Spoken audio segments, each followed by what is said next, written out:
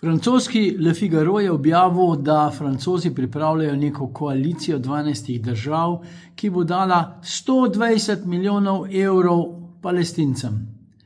In zanimivo, med temi državami je seveda tudi Slovenija.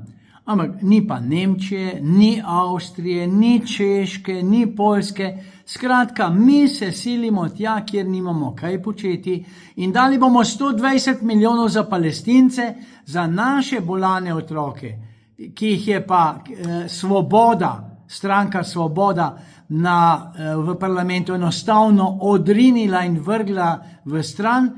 To pa ni pomembno. Tja jih pa ne bomo dali. Za Slovence nič, za neke tujce, ki nimamo nič z njimi, bomo dajali pa milijone in milijone in milijone. Banda, Slovenijo Slovencem in vendarle že enkrat spucati to, kar je zdaj na oblasti.